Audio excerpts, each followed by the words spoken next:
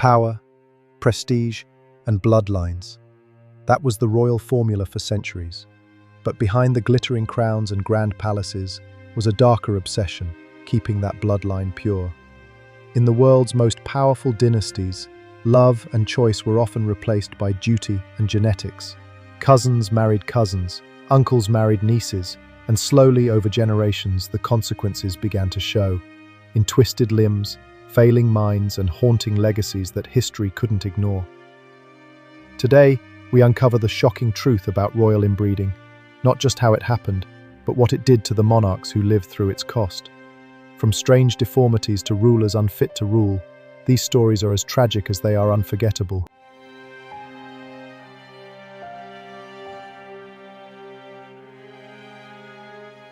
Inbreeding, by definition, is the reproduction between individuals who are closely related, siblings, cousins, uncles, and nieces. For ordinary people, this might sound unthinkable, but for centuries, royal families across Europe saw it as a necessary evil. By marrying within their own bloodline, they hoped to preserve their family's claim to the throne, concentrate political alliances, and keep wealth from scattering. What they didn't fully understand, however, was that this practice significantly increased the risk of genetic disorders. Inbreeding makes it more likely for children to inherit two identical copies of a recessive gene, which can lead to a range of physical and mental conditions. To measure how inbred someone is, scientists use the inbreeding coefficient. A score of 0 means no inbreeding, while a score of 1 represents total genetic sameness. Children of first cousins, that's a 0.0625, about a 6.25% risk of shared genes. But children of siblings or parent-child relationships, that jumps to 0.25, a whopping 25%. And now that we understand the science, let's dive into the monarchs whose lives were forever shaped by this silent danger.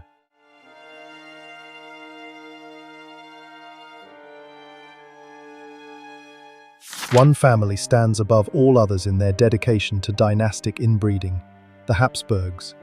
Rulers of the Holy Roman Empire, Spain, Austria, and beyond, they were a political powerhouse for over 500 years. But their family tree, more of a tangled knot than a tree at all. The Habsburg became infamous for arranging marriages between uncles and nieces, first cousins, and even double cousins. As a result, their bloodline became alarmingly condensed. Over generations, the genetic consequences of this inbreeding manifested in a physical deformity known as the Habsburg jaw, a protruding lower jaw so pronounced it became synonymous with the dynasty. This wasn't just a cosmetic quirk. The jaw deformity made chewing difficult, speech unclear, and created real health complications. And no Habsburg monarch paid a higher price than King Charles II of Spain. Born to an uncle-niece union, Charles had an inbreeding coefficient of 0.25.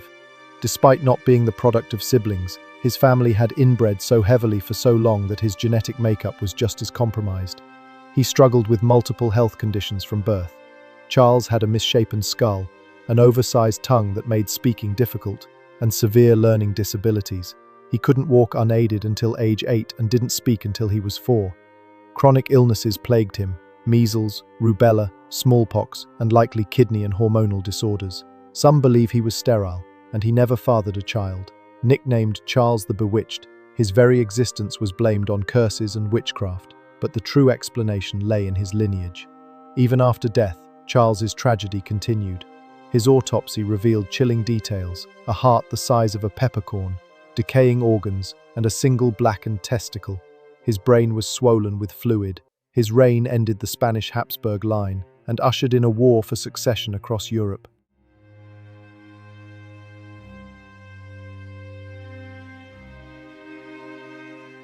Next, we turn to Don Carlos, the only son of King Philip II of Spain and Maria of Portugal.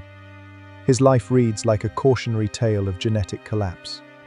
Don Carlos had only 4 great-grandparents, half the number a person usually has, due to generations of cousin marriages. He was born with misaligned limbs, differing leg lengths, and suffered from intense behavioral problems from an early age.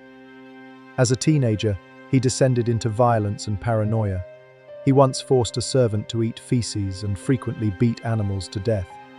After a head injury in his late teens, Doctors drilled into his skull using trepanation, a crude and dangerous procedure meant to relieve brain pressure.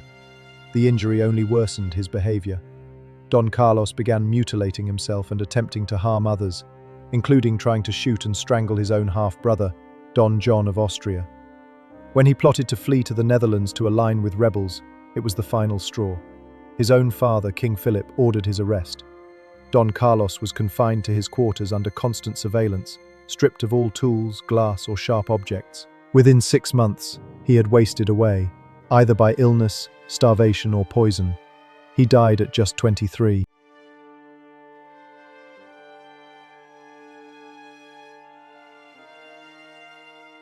In the grand courts of Imperial Vienna, where military marches echoed and ministers debated under frescoed ceilings, one figure stood quietly apart: Ferdinand I of Austria.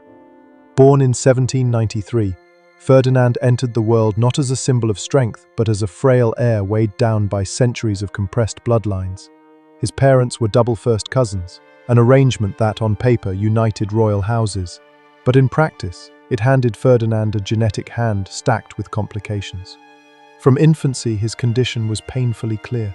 He suffered from hydrocephalus, a disorder that caused fluid to collect in his skull, resulting in pressure, pain, and a misshapen head. He endured frequent and severe epileptic seizures that sometimes struck without warning multiple times a day. His speech was slow and slurred, his motor skills so underdeveloped that basic actions like opening a door or climbing a step were monumental tasks. Yet, Ferdinand was no dullard.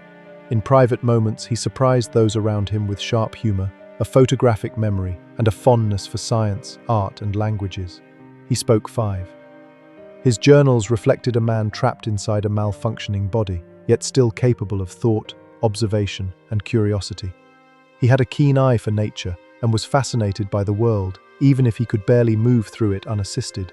Still, in a time when monarchy meant more than ceremony, his disabilities posed a political problem. When he was crowned Emperor of Austria in 1835, it was largely symbolic. The reins of power were swiftly passed to a council led by Prince Metternich. Ferdinand might have worn the crown, but he never truly ruled. His marriage to Maria I of Sardinia, another royal relative, was a quiet arrangement with no children, largely because his medical condition made intimacy nearly impossible. Maria Anna became more of a caretaker than a queen, and the couple lived in quiet companionship rather than regal splendor. When revolutionary winds swept across Europe in 1848, demanding change, it wasn't Ferdinand who stood in their way. Instead, he was gently ushered into abdication, and perhaps for the first time in his life, he found peace. In retirement, Ferdinand lived a life that many described as serene. He strolled through Prague handing out sweets to children, known to locals not as a failed emperor, but as Ferdinand the Benign. The people never blamed him for the empire's troubles. He was seen as gentle, kind, and innocent. Ferdinand died in 1885 at the age of 82, a remarkably long life, given the odds he faced.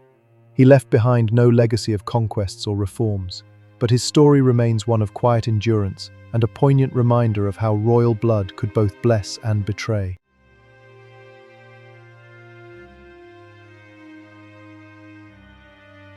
Few monarchs bore the emotional scars of dynastic obsession more deeply than Maria I of Portugal, the first woman to ever rule the country in her own right.